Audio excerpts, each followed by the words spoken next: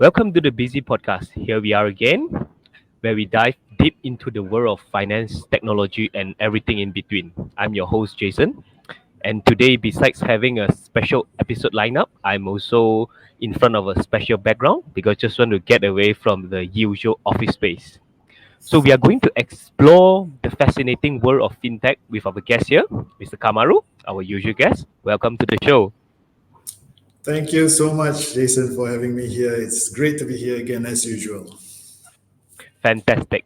So let's kick things off with a basic question. What exactly is fintech, which is a norm that has been people has been talking about it for the years. Yeah, interesting question that you have there. Before I delve into fintech per se, um, I would like to just say that before fintech, it was known as bank tech. I mean, even now they're still using it. I was in the IT industry for about 20 years or so, and back then the banking technology were using huge mainframes, IBM AS400 mainframes, and the system is very how do you say, very legacy based, right?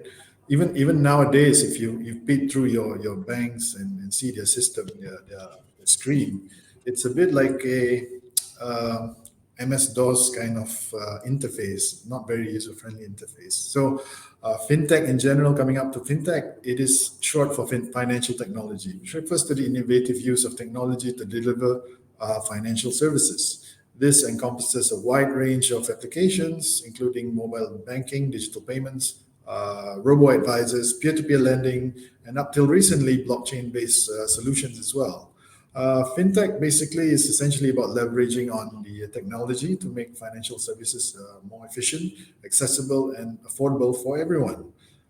It's about disrupting traditional financial institutions and bringing finance to the digital age, as I mentioned earlier, to get away from the legacy systems that the current banks have. Back to you, Jason. Good that you mentioned what fintech is and how it is related to the finance. That sounds incredibly impactful. Okay, after what you have mentioned, now we delve into slightly more details. How does fintech shape the future of banking and finance? Well, fintech is revolutionizing the way we interact with money or our assets and financial institutions. Traditional banks and financial institutions are facing increasing competition from fintech startups that offer faster, more convenient, and often cheaper alternatives or lower fees to compared to traditional banking services. As you can see, fintech is now democratizing the access to financial services, particularly to for the underserved populations or the unbanked populations who may not have the access to traditional banking services in the past. Just to swing a bit, in my past experience, I work with a conglomerate that has a lot of plantations all across Malaysia.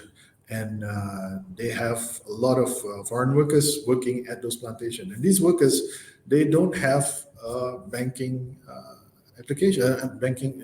They don't even have a bank account because where they stay in the estates or in the plantations, they were about 40 kilometers away from the nearest town, and going to town is a long way, and let alone going to the bank.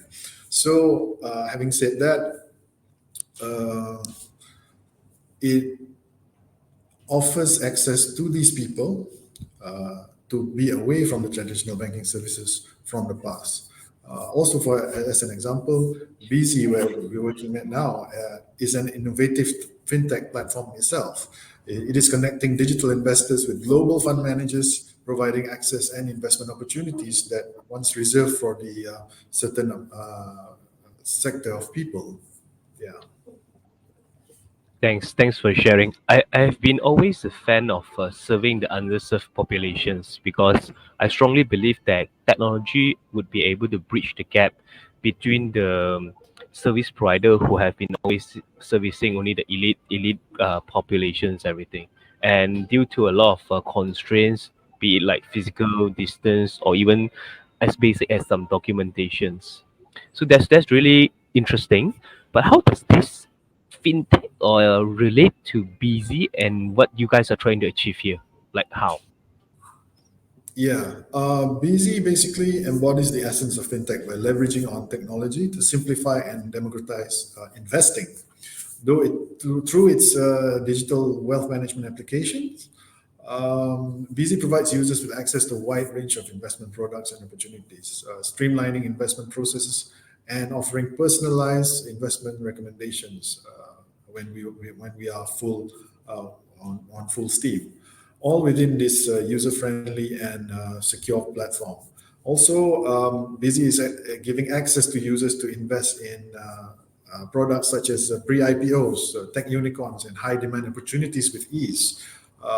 Traditionally, these sectors are only reserved for either financial institutions or corporations or even high net worth individuals. Now, with BZ, the public themselves can participate in this investment products. By embracing these innovative technologies, BZ is making private market investing more transparent, regulated, of course, and of course, community focused or community driven. In the future, BZ will be embracing tokenization and fractalization, and this will open more innovation in investing as well. Fascinating stuff. Okay, but the term of the fintech is not new. So what do you think? What are the some of the key trends that are driving the growth and also the craziness of fintech in the recent years? I think fintech, people started to talk about fintech in about close to about 7 years, between 10 to 5 years as well, that particular time frame. One major trend that is rising is, of course, mobile technology.